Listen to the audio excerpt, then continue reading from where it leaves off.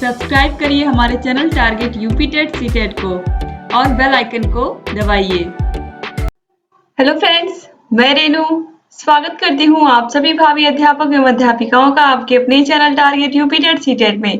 दोस्तों, आज की इस वीडियो में हम पढ़ने वाले हैं आप लोग के विज्ञान विषय के अंतर्गत तीसरे चैप्टर में कृषि यंत्रों के विषय में, यानी कि एग्रीकल्चर इंस्ट्रूमेंट्स के विषय में हम पढ़ेंगे।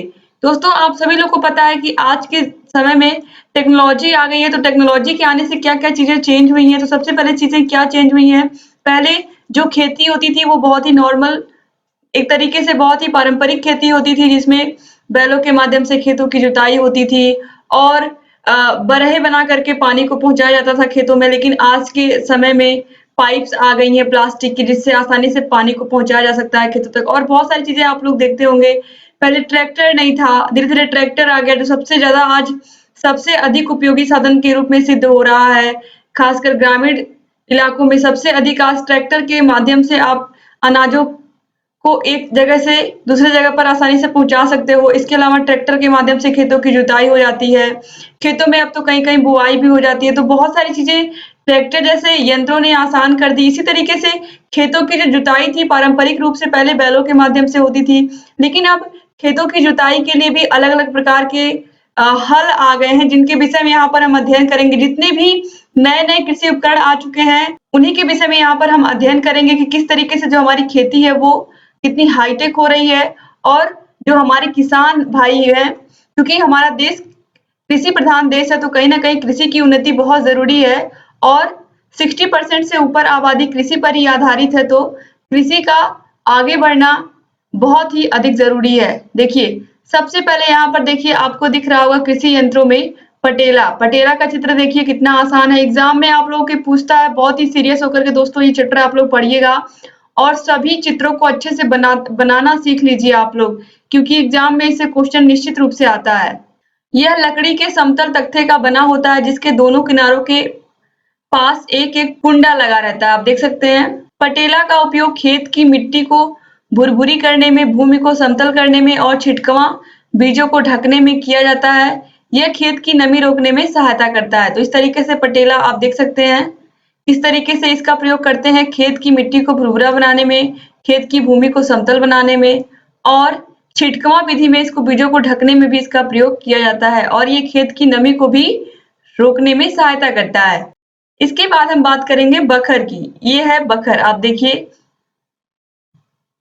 इस यंत्र में लगभग 50 सेंटीमीटर या 65 सेंटीमीटर लोहे की चौड़ी पट्टी होती है।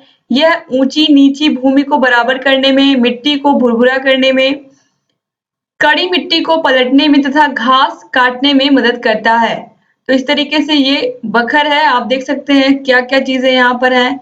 ये मुठिया होता है, ये हत्था है, फलका, ये लोड है, इसके बाद ये देखिए ये दतुआ है इस तरीके से और ये हरीश है। तो इसको बनाना आप लोग जरूर सीख लीजिए, एग्जाम में पूछता है। इसके बाद है रेक। रेक जैसा कि आप देख सकते हैं चित्र में, बहुत ही आसानी से इसको आप बना सकते हैं। इस यंत्र से खेत की जुताई के समय निकली हुई घास को एकत्र किया जाता है। खेती की मिट्टी को समतल करने में भी इसका प्रयोग किया जाता है। इसमें झुके हुए दांतें होती हैं। इसमें बांस का एक डंडा लगाकर इस डंडे से पकड़कर इसे खींचना होता है। तो इस तरीके से इसमें जो खेत में बचे हुए घास फूस होते हैं, उनको आसानी से इसके माध्यम से हम निकाल सकते हैं। अब इसके बाद हम बात करेंगे देसी हल की। देसी हल का चित्र कैसे होता है, ये आप देख सकते हो। ये है देसी हल। यह साधारण किस्म का हल होता है। यह भूमि में 7.5 सेंटीमीटर से 10 सेंटीमीटर तक की गहराई की मिट्टी खुर देता है तथा 5 सेंटीमीटर से 7.5 सेंटीमीटर का चौड़ा मुंह बनाता है। इसके निम्नलिखित भाग होते हैं हरीश, परोधा या पाथा, फाल, ब्रज, भरी, फाल, हत्थी या मुठिया, पचारस या पफाना, हरित, गोखल, नेतक या फिर क्षण। यहाँ पर देखिए किसको किसको क्या कहते हैं। सबसे पहले ये देखिए फार होता है, जो सबसे अधिक यहाँ पर ये नुकीला सिरा होता है इसका, जो मिट्टी को खोदता है। इसके बाद देखिए ये है खूंट, खूंटी यहाँ पर लगी हुई है। ये हरीश है बीच में, ये बीच में यहाँ पर देखिए हल में यहाँ पर फन्नी बनी हुई है। ये ऊपर यहाँ पर देखिए हत्था बना हुआ है, फिर मुठिया है, और ये कूड़ा है। तो इस तरीके से ये पूरा आपको बनाने आना चाहिए अच्छे से। ये देसी हल का चित्र है। इसके बाद दोस्तों अब हम मेस्टन हल देखेंगे। यह एक उन्नतशील हल है। वर्तमान समय में इसका अत्यधिक प्रयोग किया जाता है।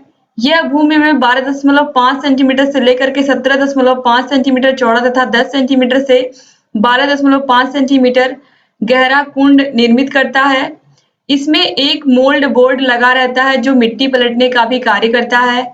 यह ऊपर की मिट्टी को नीचे तथा नीचे की मिट्टी को ऊपर करता है। तो जो मेस्टन हल होता है वो क्या करता है, वो ऊपर की मिट्टी को नीचे और नीचे की मिट्टी को ऊपर कर देता है। इसके बाद आता है फावड़ा। यह लोहे का बना होता है। इसका एक किनारा पतला तथा धारदार होता है। इससे मिट्टी को आसानी से काटा जा सकता है। इसके दूसरी साइड में लकड़ी का डंडा लगाने के लिए लोहे का कुंडा लगा होता है। इसमें डंडा लगाकर खेती के विभिन्न कार्यों में इसका उपयोग किया जाता है। ये आप सभी लोगों ने देखा होगा फावड़ा। फावड़े का बहुत यूज होता है खेती में। और अब देखिए ट्रैक्टर सबसे प्रमुख साधन है आज के समय में। यह डीजल से चलने वाला एक आधुनिक यंत्र है जिसमें पिछले भाग में बने खांचे में ट्रैक्टर के हल लगाए जाते हैं। इसमें खेत की जुताई, बुआई, खाद देना, बोझा ढोना, जंगल साफ करना आदि विभिन्न कार्य किए जा सकते हैं। आजकल कृषि कार्य में इसका प्रयोग व्यापक स्तर पर किया जा रहा है। जैसा कि मैंने ऑलरेडी आपको बताया कि आज के समय में कृषि को उन्नतिशील बनाने में सबसे अधिक योगदान ट्रैक्टर का है। ट्रैक्टर के द्वारा न केवल अनाजों की बुआई होती है, खेतों की जुताई होती है, इसके अलावा अनाजों को एक स्थान से दूसरे स्थान पर हम ढो करके ले जा सकते हैं।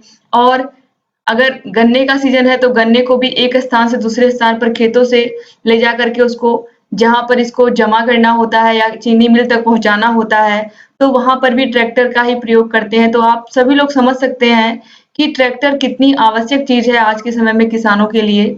अब इसके बाद हम बात करेंगे हैरो की। यहाँ पर आप देखिए, इसमें पतले और लंबे आकार के नुकीले कांटे होते हैं जो लकड़ी के ढांचे में लगे रहते हैं।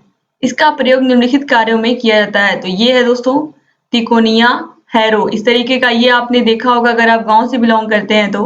पानी बरसने पर पपड़ी तोड़ने में काम आता है ये। भूमि को भुरभुरा बनाने में, खेत से खरपतवार निकालने में, गोबर की खाद के ढेर को बिखेरने में, पौधे के लिए मिट्टी नर्सरी में नमी स्थिर रखने में। ठीक है, तो इन सभी का उपयोग होता है किसके, यहाँ पर देखिए इन सभी चीजों को कौन करता है, तिकोनिया हैरो। अब इसके बाद हम पढ़ेंगे कल्टीवेटर के विषय में। सबसे पहले आप यहाँ पर कल्टीवेटर का चित्र देख लीजिए क्योंकि एक बार दिमाग में रहेगा तो आसानी से आप इसको समझ लेंगे। ये पहिया है। इसके बाद यहाँ पर देखिए कूंदा दिया हुआ है। ये पूरा इसका फ्रेम है। ये देखिए ये इस तरीके से ये हल नुमा यहाँ पर बना हुआ है। ये ऊपर हत्था है, ये फ्रेम है। अब चलिए देखते हैं। कल्टीवेटर का चित्र आपने देख लिया। यह हैरो की तरह का यंत्र है। इसमें कांटे लंबे होते हैं जो सिरे पर झुके रहते हैं। इन कांटों की पारस्परिक दूरी को कम या अधिक किया जा सकता है। इसे अग्रलिखित कार्यों के उपयोग हेतु प्रयोग किया जाता है। खेत की मिट्टी भुरभुरी करना, खेत में खाद को अच्छी तरीके से मिलाना, छिटकवा विधि से बोए जाने वाले फसल के बीज को भूमि में भली प्रकार मिलाना। इसके बाद दोस्तों अब यहाँ पर है डिबलर। डिबलर देखिए इस तरीके से डिबलर की आकृति होती है। आप देख लीजिए अच्छे से ताकि एग्जाम में अगर आता है तो फिगर आप बहुत ही अच्छे से बना लें। दोस्तों एग्जाम में हल का चित्र बहुत पूछता है, इसीलिए आप लोग कोई भी चित्र छोड़िएगा मत, अच्छे से समझ लीजिए और बहुत ही आसानी से आप इसको बना भी लेंगे अगर आप प्रैक्टिस करते हैं तो। देखिए डिबलर यह रबी फसल के बीजों, गेहूं, जौ आदि को बोने का साधारण यंत्र है। यह लकड़ी अथवा लोहे का बना रहता है। इसमें सामान्यतः 3 कतारों में समान दूरियों पर खूंटियां बनी होती हैं। इसके बीच में हत्था होता है जिससे इसे उठाया जाता है। इसके द्वारा बने छिद्रों में बीज बोया जाता है। इस विधि से फसल का औसत उत्पादन अधिक होता है। यानी कि यहाँ पर देखिए इस तरीके से इसमें 3 क्यारियां बनी होती हैं और इसमें अगर इससे बोया जाता है गेहूं या जौ को तो उसकी जो पैदावार होती है वो बहुत ही अच्छी होती है और फसल जब पैदावार अच्छी होगी तो फसल भी बहुत ही अधिक होगी। तो दोस्तों उम्मीद करती हूँ कि आपको ये जितने भी यहाँ पर मैंने हल समझाए हैं आपको, ये सभी आपको अच्छे से समझ में आएंगे। जितने भी कृषि यंत्र यहाँ पर मैंने समझाया वो सभी आपको समझ में आए होंगे। और दोस्तों यहाँ पर किस तरीके से किस किस यंत्र का प्रयोग कहाँ पर करते हैं ये पूछता है। हलों का चित्र आप जरूर याद कर लीजिएगा अच्छे से, क्योंकि हलों का चित्र पूछता है।